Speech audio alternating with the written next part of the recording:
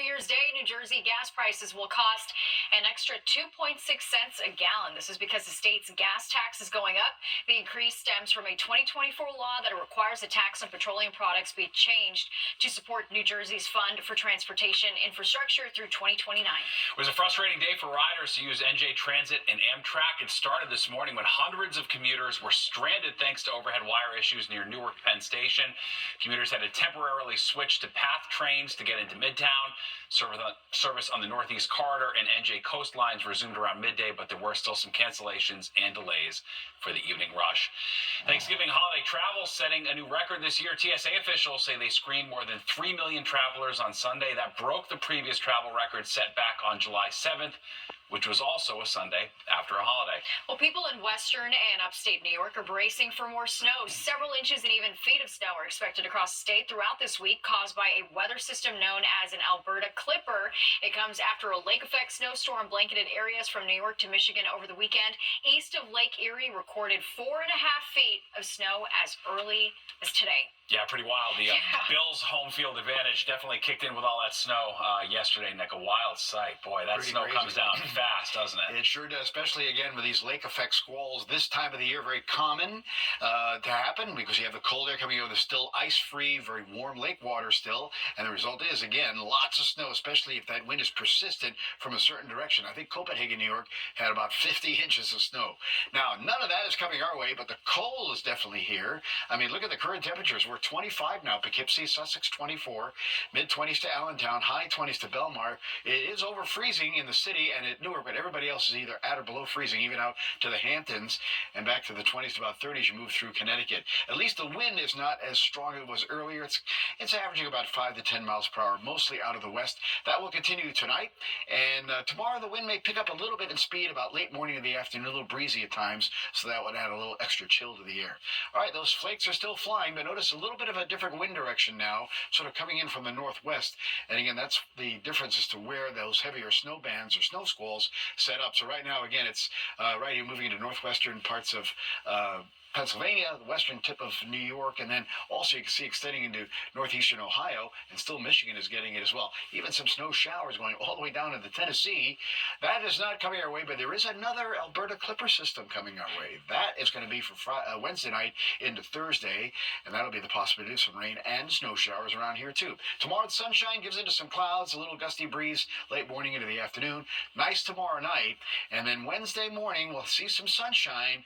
Then the clouds are going to increase. Now, this model is a little fast in bringing some of the precipitation in, maybe way off to the north. We'll start to see those snow showers arrive middle afternoon. But it's really Wednesday night when that system kind of dives down from the north and west. We'll see some scattered rain and snow showers, and then it's going to turn windy, very windy actually, on Thursday.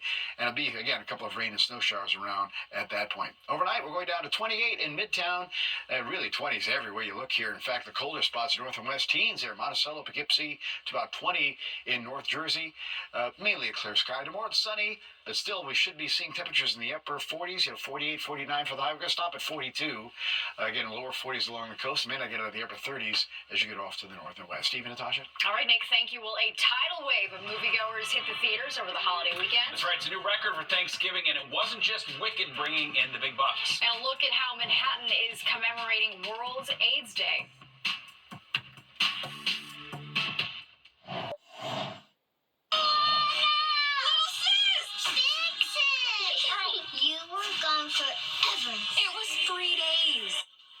Disney's animated Moana 2 debuted on the big screen over the holiday weekend and set a new Thanksgiving record, raking in $225 million over the 5-day period, beating a previous record set by Frozen 2 in 2019. Good company there.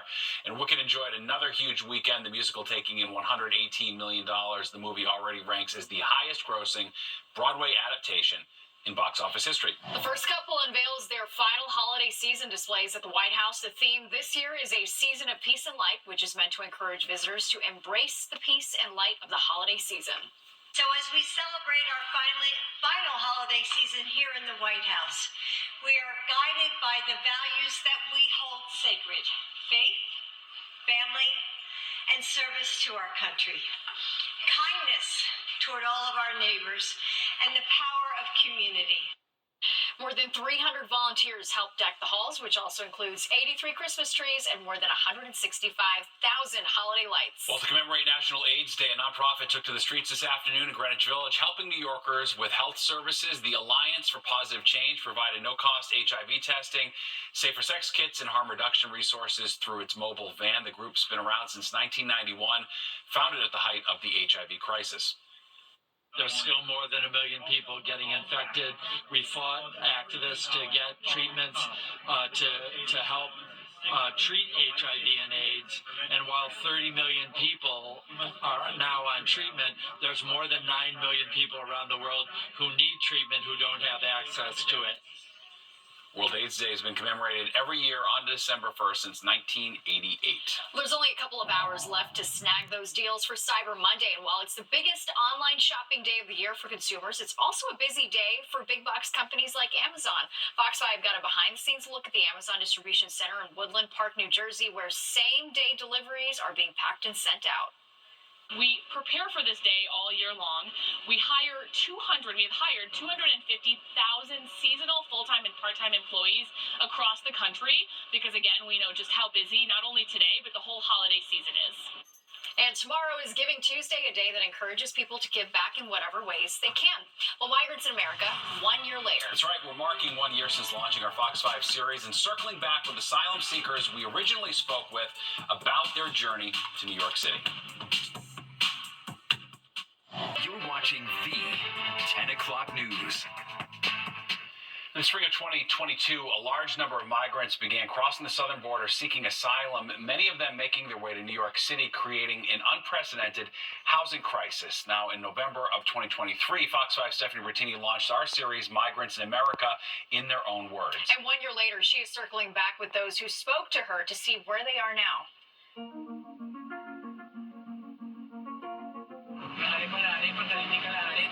Every night on the streets of Manhattan, you'll find Dennis Rico doing what he's been doing since he got here.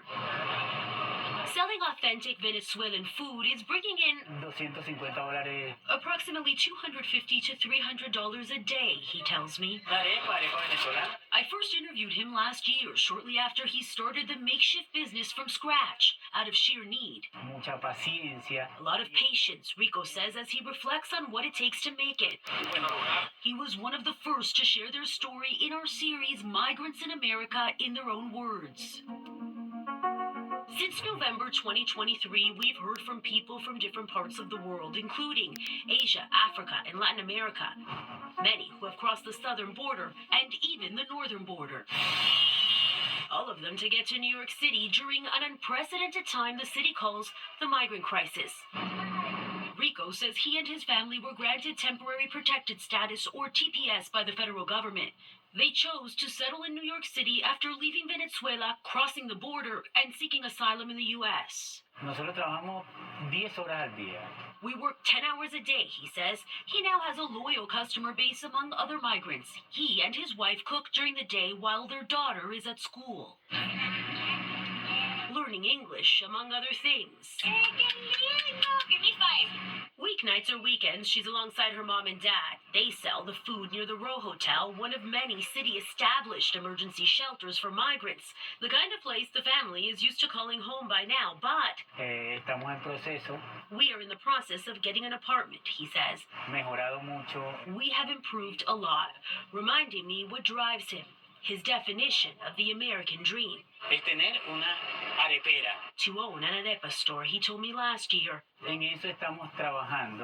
This is what we are working for still, this year. The American dream. We heard it again and again from the migrants we talked to in our series. The pursuit of the American dream brought them to New York City. We also heard about how tough the reality of building that dream really is. I don't want to end up like a lot of homeless people. This man, one of several to share the fear of homelessness with us after the city started imposing restrictions and limits on shelter stays due to capacity issues. At one point in the crisis, the numbers were so high, you could find migrants waiting for somewhere to go on the sidewalk outside the Roosevelt Hotel, the city's official intake center. We showed you the overwhelmed ICE headquarters in Manhattan, where we witnessed the heartbreak that comes when hope starts to fade. It's not easy, said this man from Venezuela, clearly at a breaking point. The surge of migrants started in the spring of 2022. Since then, city officials say more than 224,000 migrants have come. Initially, the mayor welcomed the new arrivals. New York City, a sanctuary city with a right to shelter mandate, allowed asylum seekers to find food, clothes, medical attention, and a place to stay. There was a constant flow of migrants arriving in buses at Port Authority. We reported many of those buses came from Texas. As the numbers grew, so did city restrictions. For example, late last year, an executive order by Mayor Adams put limits on where and when migrants could be dropped off by charter bus. But it didn't deter them. Instead, many found a way through a loophole. Bus drop-offs in New Jersey and then a train to New York City. With photojournalist Lenny Torres behind the camera, I interviewed this mom in the middle of the night. She told me she did it all for my children. New York City's migrant crisis unfolded parallel to yet another surge at the southern border. In June 2024, President Biden issued an order which demanded a halt to asylum processing at the U.S.-Mexico border when U.S. officials deemed the southern border overwhelmed. Federal restrictions further tightened in September. The front line, the numbers have definitely slowed down. When the executive order was put in by the president, the numbers have gone down, but we still have people in the shelters that are in limbo. Power Malou has been working on the front lines of New York City's migrant crisis. He's one of many in a network of humanitarians across the country. He notes a decrease in the numbers after that presidential order. The city does too. In a statement, we continue to see a decline in the number of people entering our shelter system each week. In response to this trend, we are consolidating our emergency shelter operations and scaling down the number of sites in use. But as of November 24th, 2024, on record, there were still more than 56,000 migrants in city shelters. Why did you come to America? 告诉我们你为什么来美国？ 因为我在家里 I'm a Catholic in my country, and we were persecuted by the local government. Through our series, we got an up-close look at the changing face of migration, from Chinese asylum seekers walking through Manhattan's Chinatown, to migrants from African countries showing up in Harlem looking for a community, to people from India and other countries flying to Canada and walking across the northern border, we confirmed. Are you going to New York City? Yeah. Many migrants share the details of their journey and the dangers of dealing with human smugglers. It's dangerous. Very dangerous. Hours, days, months, interviews, research, tips, and confirmations from officials. Over the last year, we have watched and documented New York City history unfold. Tiene que estar muy enfocado. You need to be very focused. You have to be honestly looking at all the realities that are necessary to maintain yourself in this city or this country. It's not easy. Dennis Nichols' story paints the picture of migrants in America. He has a well-seasoned understanding of all the complexities by now. As we wrapped up our second interview, almost a year to the date since our first one, I told him I'd like to see that at Epistore if it ever becomes reality. Tú eres la primera invitada. You are the first to be invited, he says, with the same kind of determination in his eyes he had last year. Este es un país que te ofrece muchas oportunidades. This is a country with many opportunities. Stephanie Bertini, Fox 5 News. Such powerful work Stephanie did, and you can find her entire Migrants in America series on our Fox 5 YouTube page. Just go to youtube.com, search Fox 5 New York, then you can find it under the playlist tab. After nearly 5 years, you'll soon be able to kick back and enjoy a snack from concessions on the Staten Island Ferry. About time. All right, we're setting sail to show you when a new vendor will be opening up shop on the ships and what took so long.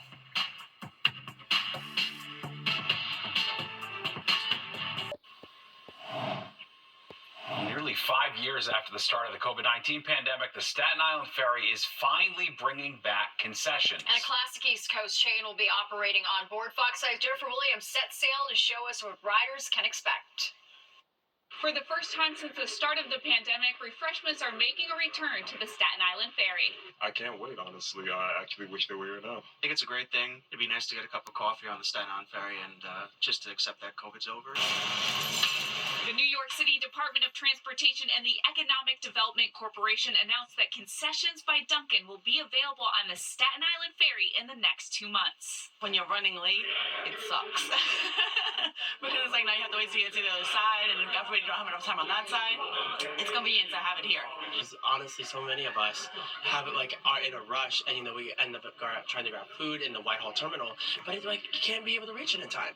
So it's like this way you have be able to have time on the ferry to just relax. Finally, I'll be going back and forth every weekend. We be rushing. So it'll be nice to have something to eat in here. As for a reason for the delay, in a statement to Fox 5, the DOT said, quote, "In general, it took a few years to get ridership back up, and getting a procurement process out the door can take some time as well. The 2 ferry terminals have concession offerings, but riders expectedly like to have them on the ferry boats too. So we are excited about the return and Dunkin' being a partner with the city." I'm out, I did miss out. I ain't gonna lie, I did. Because it was like what I said, people be thirsty, they be dehydrated, or they want to get, I don't drink personally. I don't drink liquor or anything like that, but, if there's some like water or some juice, I would definitely grab some. And, it's good prices too. The move will also allow for alcohol to be sold on the ferry boats. Dunkin' is pursuing a permit to sell beer as well. We had that before. We had popcorn, we had chips, we had soda, beer you could drink on the ferry, alcohol. But they stopped it since COVID. Dunkin' was selected through a competitive process. Proposals were submitted back in January. In Lower Manhattan, Jennifer Williams, Fox 5 News. I like Dunkin'. Yeah, Can't no complain with complaints that. there. That's for sure. I love it. Took long enough. Yeah, I know. Well, restaurants getting ghosted by their customers. We don't like this. Why more people are just bailing on their reservations instead of taking the time to cancel it.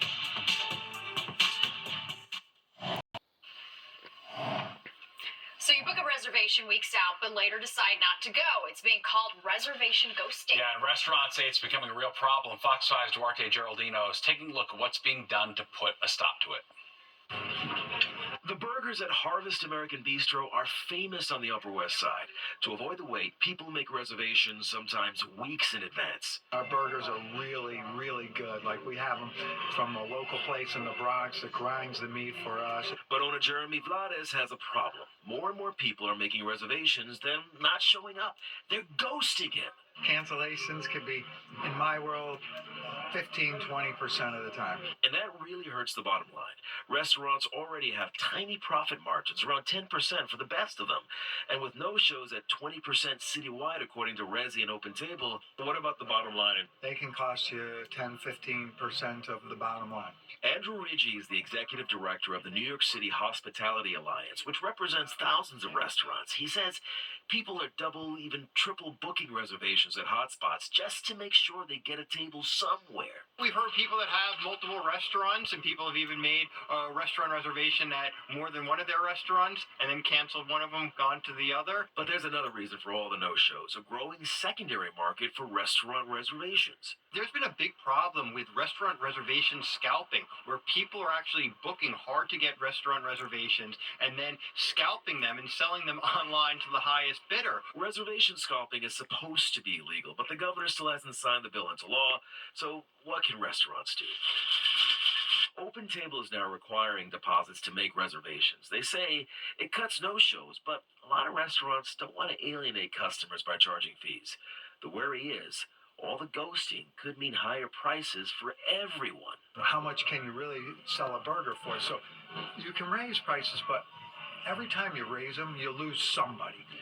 Open Table is also tracking no-shows, and they'll flag you. So the next time you try to make a reservation at some hot new place, they'll know that you might ghost them. On the Upper West Side, Duarte Geraldino, Fox 5 News. Has Can't real do that. repercussions. No, for sure. Yeah. It's tough running a restaurant, no doubt about it. All right, let's go to Nick now for a look at the forecast. Boy, it's cold out It's tonight, cold, Nikki. I can say that. It is. We're in the 20s in a lot of the area, and we're going to be in the 20s in the city. Out the door in the morning, it's a clear sky as you look out over the city tonight. The wind is knocked down a little bit, but the high temperature and the low temperature, again, running about 10 degrees below where we should be, and we're going to stay that way for the next several days. So west, temperatures kind of hold, again, around the lower 40s or so. Again, Wednesday night, some rain or snow showers come in. Probably see some more of those on Thursday, too. 28 tonight in town, mid-teens, or I say upper teens to mid-20s to the north and west. Tomorrow, sunshine, a little chilly breeze by late morning. About 42 will be the high in Midtown for tomorrow afternoon. All right, in the 7-day, Wednesday, sun gives way to clouds again. Rain and snow showers at night, 42.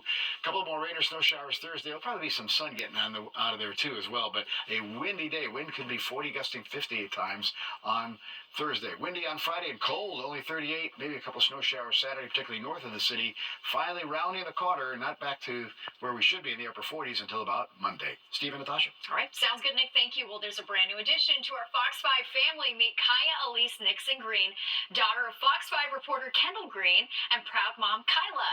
Kaya Elise Nixon Green was born Friday night, weighing in at 5 pounds and 14 ounces. Both she and mom are doing very well. Congratulations to Kendall. She's a Kyla, and cutie. Kaya. He's going to be a good dad. They're so cute. Girl dad. Girl dad, it's That's the best. That's right.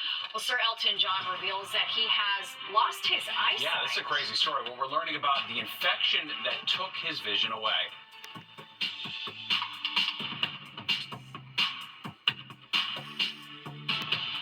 Well, startling admission from Sir Elton John. The music icon says he is still struggling with his eyesight. The 77-year-old was at the premiere of the new musical The Devil Wears Prada in London yesterday, and he admitted he listened more than he watched because he lost his eyesight. John wrote the score for the show. In September, he announced he had limited vision in his right eye because of an infection and said his left isn't in the greatest condition either, but he is healing and it'll take some time before his sight returns. Wow, that's wild. Rock band AC/DC will soon be back on tour after a 9-year hiatus. The Power Up Tour marks the return of lead vocalist Brian Johnson, who is back with the band after suffering from severe hearing loss. The North American tour starts in April next year in Minneapolis and runs through the end of May. Tickets go on sale this Friday. And there's more of the 10 o'clock news straight ahead. But first, here's a look at what you can expect tomorrow on the roads and the rails.